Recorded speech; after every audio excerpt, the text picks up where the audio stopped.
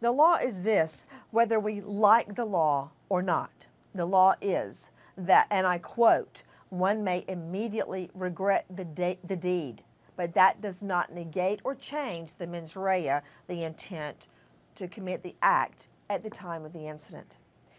Yes, it hurts me to hear anyone crying the way he did on the stand. It's heartbreaking. In fact, he came off the stand. He had to lie down. His shrink came and was stroking his face in the courtroom to get him calmed down. I don't know who could listen to that and not feel pain, feel some of his pain, but I don't know how much he's crying for Reva or how much he's crying for himself. So what we've got to go back to under the law is what was happening at the time of the incident. Now remember, this is on direct. When he gets on cross-exam, I think we may hear a different story. A couple of different points I want to get to here that we've heard from his testimony. And one question, and I think I know how Oscar Pistorius would sort of answer this, but to you, is it ever okay, is it ever reasonable for someone, we know he fired those 4 gunshots through the door without knowing who or what was behind it? How reasonable is that for the judge to hear? Well, I know this is going to be odd coming from me, but from a defense angle, it is in his house where he's firing the shots. He knows that it's only him and Reva there. According to him, he thinks Reva's still in the bed.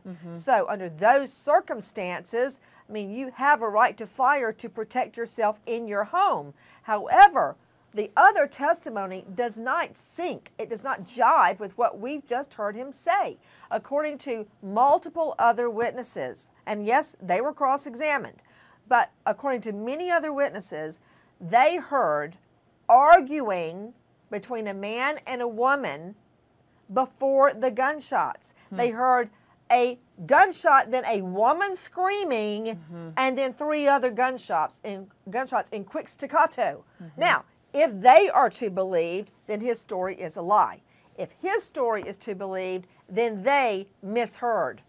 If it is a lie, Nancy, what would be his motive for doing this? His motive for lying? His motive for killing his girlfriend. Oh, motive. Well, number one, I always say there's never a good motive for murder. The state is not required to show motive, but we do know this. We know this was the early morning hours of Valentine's Day.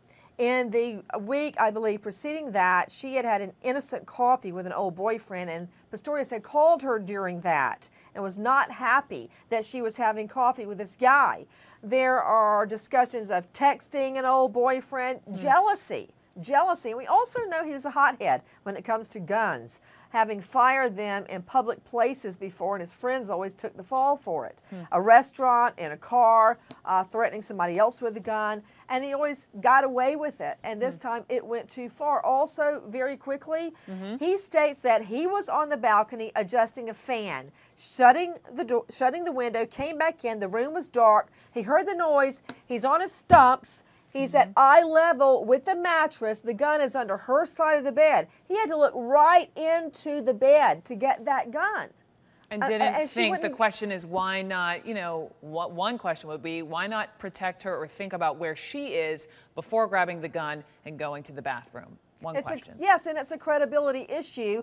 And the trier of fact, typically a jury here, but they're the judge, the trier of fact must determine who is to be believed. The neighbors that heard the loud argument between the two of them, or Pistorius crying. And I told you this was going to happen. He vomited and cried all the way up till the time he took the stand. They had to keep pulling out the trash can so he could vomit and dry heave the whole day.